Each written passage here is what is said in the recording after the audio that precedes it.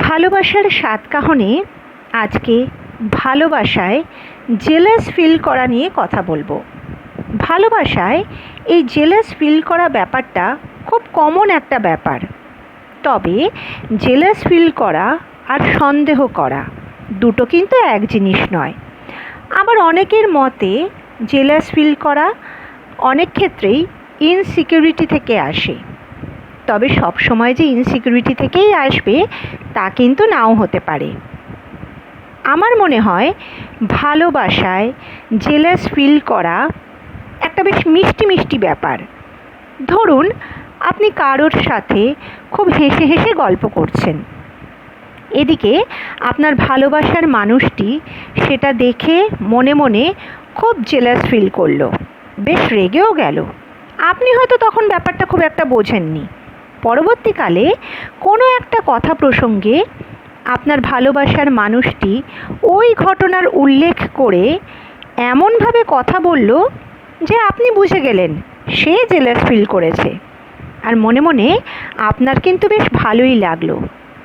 ভালো লাগলো এই ভেবে যে আপনার ভালোবাসার মানুষটি আপনাকে খুবই ভালোবাসে, আর তাই সে আর কারোর সাথে আপনাকে ঠিক মেনে নিতে পারে না। ব্যাপারটা কিন্তু ভাইস ভার্সা, মানে আপনিও কিন্তু এই রকম একটা সিচুয়েশানে জেলাস ফিল করতেই পারেন। চলুন আজকে এই প্রসঙ্গে একটা গল্প বলি।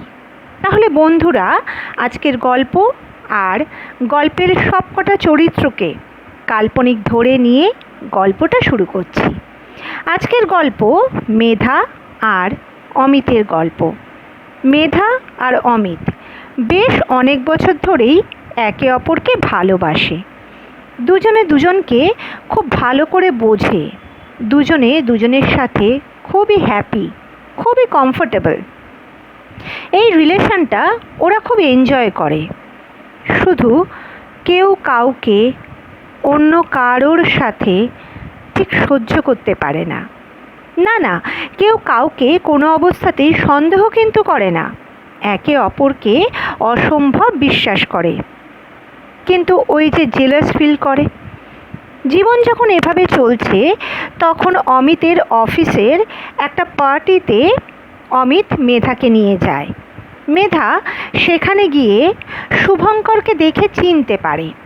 আসলে মেধা আর শুভঙ্কর একসময় একই কোচিংয়ে পড়তো। শুভঙ্কর অমিতের সাবঅর্ডিনেট। শুভঙ্করের সাথে মেধা খুব কমফোর্টেবলি কথা বলতে শুরু করে, যেটা অমিতের মনে জেলাসির সৃষ্টি করে। এদিকে অফিস স্টাফদের গ্রুপ ফটো তোলার সময় অঙ্গিরা অমিতের খুব ঘনিষ্ঠ হয়ে ফটো তোলে, যেটা মেধার চোখ এড়ায় না। ডান্স টাইমে অঙ্গিরা অমিতের সাথেই ডান্স করতে থাকে। মেধাকে শুভঙ্কর ডান্স করার রিকোয়েস্ট করলেও মেধা রাজি হয় না। একটা জায়গায় বসে অমিত আর অঙ্গিরাকে ডান্স করতে দেখে আর মনে মনে খুব জেলাস হয়, আর সেই সঙ্গে রাগও হয়।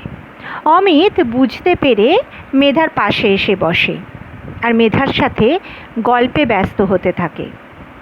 মেধা তো প্রতি কথায় অমিতকে বুঝিয়ে দেয় যে ও অমিত আর অঙ্গিরার ফটো তোলা থেকে শুরু করে ডান্স কোনোটাই পছন্দ করেনি। অমিতও বুঝিয়ে দেয় শুভঙ্করের সাথে মেধার অত গল্প করাটা অমিতও পছন্দ করেনি। তারপর দুজনেই হেসে ফেলে আর অমিত বলে, আচ্ছা আমরা কি এই ব্যাপারটায় কোনোদিনও ম্যাচিওর হব না? মেধা বলে, আমার তো মনে হয় তোমার ম্যাচিওর হওয়াই উচিত। আমি ম্যাচিওর হব না। তোমার পাশে আমি নিজেকে ছাড়া আর কাউকে সহ্য করতে পারি না। অমিত বলে, ঠিক আছে বাবা, তোমায় ম্যাচিওর হতে হবে না, যেমন আছো তেমনই থেকো, শুধু আমার হয়েই থেকো। এখন যদি অমিত আর মেধার লং ডিস্টেন্স রিলেশনশিপ হতো তাহলে হয়তো জেলাসিটা অনেকটা এইভাবে আসতো ওদের মধ্যে। অমিত আর মেধার রোজ কথা হয় না, চ্যাট হয়, তবে সেটাও রেগুলার বেসিসে নয়। দুজনেই ব্যস্ত থাকে। ব্যস্ততার মধ্যে থাকলেও দুজনে দুজনকে খুবই ভালোবাসে, আর ওদের মনের সাথে মনের একটা অদ্ভুত কানেকশান আছে। ওরা একে অপরকে খুব ভালো করে বোঝে। জীবন যখন এভাবে চলছে, তখন একদিন অমিত দেখে মেধা ওর অফিস কালিগদের সাথে বেশ কিছু ফটো সোশ্যাল নেটওয়ার্কিং সাইটে আপলোড করেছে, যেখানে ইমরানের সাথে মেধার ছবি অমিতের মনে জেলাসি সৃষ্টি করে। অমিত খুব জেলাস ফিল করতে থাকে। মনে মনে ওর একটু রাগও হয়। মেধার সাথে যখন চ্যাট হয়, অমিত কিন্তু ওই ফটোর ব্যাপারে কিছু জানায় না, বা ওর যে ইমরানের সাথে মেধার ছবি দেখতে মোটেও ভালো লাগেনি সে বিষয়ে কিছুই বলে না। কিন্তু মেধা অমিতকে আর অমিত মেধাকে ভীষণ ভালো করে জানে, বোঝে। চ্যাট করার সময় মেধা ফিল করে অমিতের নিশ্চয়ই কিছু একটা হয়েছে। তারপর রিয়ালাইজ করে হয়তো ওই ফটো দেখেই অমিতের কিছু একটা হয়েছে। পরের দিন চ্যাটে মেধা অমিতকে জিজ্ঞাসা করে, ধরো যদি আমাদের বিয়েটা না হয় তাহলে তুমি কি করবে? অমিত লেখে, কি আর করব, তোমায় যেমন ভালোবাসি সেই রকমই ভালোবাসবো, শুধু তোমার সমস্ত সোশ্যাল নেটওয়ার্কিং সাইট থেকে নিজেকে সরিয়ে নেব, অন্য কারোর সাথে তোমাকে দেখতে পারবো না। মেধা হাসির ইমোজি দেয়। অমিত লেখে, হাসার কি হয়েছে এখানে? তুমি মনে হচ্ছে বিশাল বড় মনের মানুষ, আমার সাথে অন্য কাউকে পারো সহ্য করতে?